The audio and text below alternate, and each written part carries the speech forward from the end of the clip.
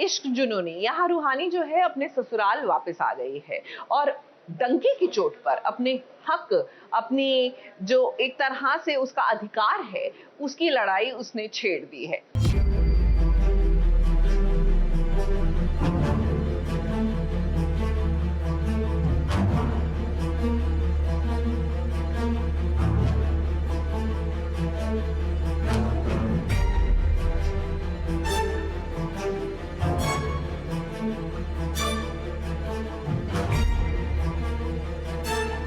घी जब सीधी उंगली से ना निकले तो उंगली टेढ़ी करनी ही पड़ती है, और ये बात गुरु की दादी से बेहतर भला कौन जान सकता है।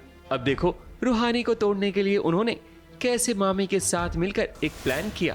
प्लान ये है कि रूहानी के सामने जसलीन को गिराने की कोशिश की ताकि उसके आने वाले बच्चे को नुकसान पहुंच सके, पर रूहानी सही समय पर जसलीन को थाम लेती है। इसी के बाद दादी रूहानी को प्यार से धमकी देती है कि अगर उसने गुरु को शादी के लिए नहीं मनाया तो वो जसलीन के बच्चे को जान से मार देगी।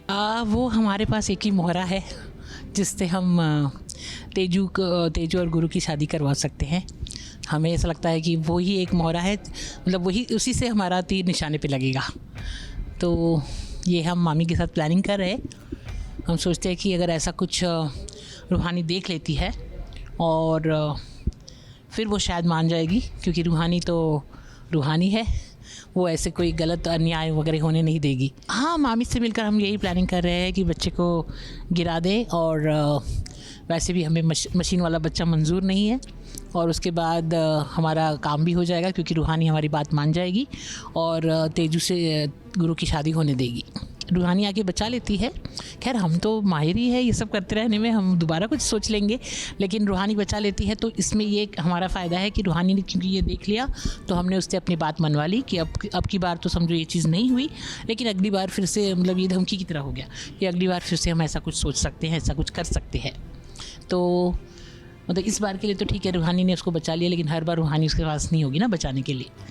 तो इस धमकी में डाल के हम गुरु को और रूहानी को, और इस धमकी के दबाव में डालकर हम अपनी बात मनवाना चाहते हैं और तेजू से गुरु की शादी करवाना चाहते हैं। गुरु भी इस घर के फैसले से तंग आ चुका है। वो भी अब कहीं ना कहीं शादी के लिए राजी हो ही गया है। तभी तो तेजस्विनी खुश है। वहीं रूहानी का दिल टूट गया है, क्योंकि वो अपनी नजरों के सामने गुरु को किसी और का होता हुआ नहीं देख सकती। पर क्या करे, वो तो मजबूर है।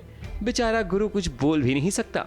बैक स्टोरी कुछ कही है जिसमें रूहानी और गुरु के बीच में कुछ ऐसा हुआ है, जिसके बाद गुरु आए हैं घर पे और वो बोलते हैं अपने पापा से कि ठीक है, अगर आपने मुझे किसी ऑप्शन के साथ छोड़ा ही नहीं है तो आप जो शर्त रख रहे हैं वो मान सकते हैं, क्योंकि फ़ैसला तो आपने ले लिया है। वो तो सिर्फ कहने वाली बात है कि फ़ैसला गुरु को करना है, क्योंकि जीजा जी ने फ़ैसला ले लिया है। तो अल्टीमेटली यही हुआ है कि अब हो रही है शादी तेजू और गुरु की। गुरु भले ही शादी के लिए मान गया हो, मगर वो कभी भी अपनी रूहानी को अकेला नहीं छोड़ेगा।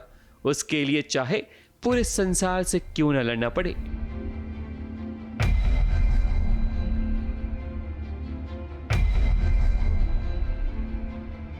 मुंबई से कैमरामैन सुजीत मिश्रा के साथ एबीपी न्यूज रिपोर्ट।